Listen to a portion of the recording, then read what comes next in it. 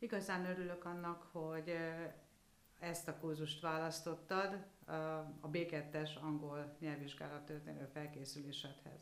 Talán engedd meg, hogy tegezzelek, hiszen biztos, hogy idősebb vagyok nálad, és nő is, és kérlek, a későbbiekben te is nyugodtan tegezz. Ha megnyugtat téged, akkor elhiheted, hogy én is voltam ebben a helyzetben, amiben most te vagy. Én is készültem nyelvvizsgára, 3-ra is.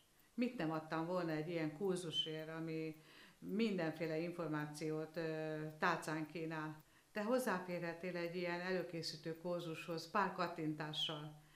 Én meg, ha akartam volna, se tudtam volna semmilyen információhoz hozzájutni. Úgy mentem el a akkori nevén Rigó utcai nyelvvizsgára, hogy még a feladatok típusával sem voltam tisztában. Tulajdonképpen ez motivált engem abban, hogy ezt a kurzust összeállítsam. Mert segíteni szeretnék saját személyes tapasztalataimmal, és mindazzal a tapasztalattal, amit a tanítás és a vizsgáztatás során összegyűjtöttem. Azzal, hogy beiratkoztál, megtetted az első lépés, de ugye tudod, hogy ez nem minden.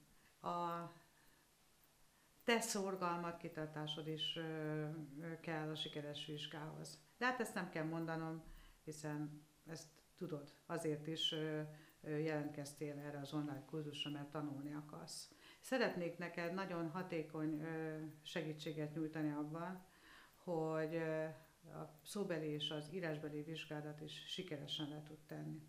Meggyőződésem, hogy a vizsgára való felkészülés egyik nagyon fontos alapfeltétele a teljes körű tájékozottság. Ezzel a kurzussal ezt meg fogod kapni, hiszen mindent meg fogsz tudni a feladatokról, a értékelési szempontokról, a buktatókról, a buktatók kikerüléséről, sőt, még önértékelő kérdésekkel magadat is ellenőrizni tudod.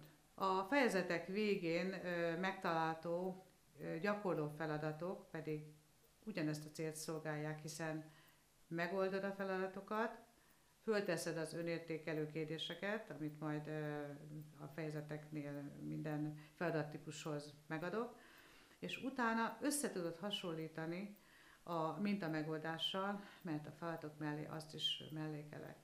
És így látni fogod, hogy maradt-e még olyan gyenge pont, amire a további felkészülés során még nagyobb hangsúlyt tudsz fektetni. Mindezek mellett meg fogsz ismerkedni egy olyan módszertani technikával, amelyet mind a felkészüléshez, mind pedig a vizsgán nagyon hatékonyan fel fogsz tudni használni.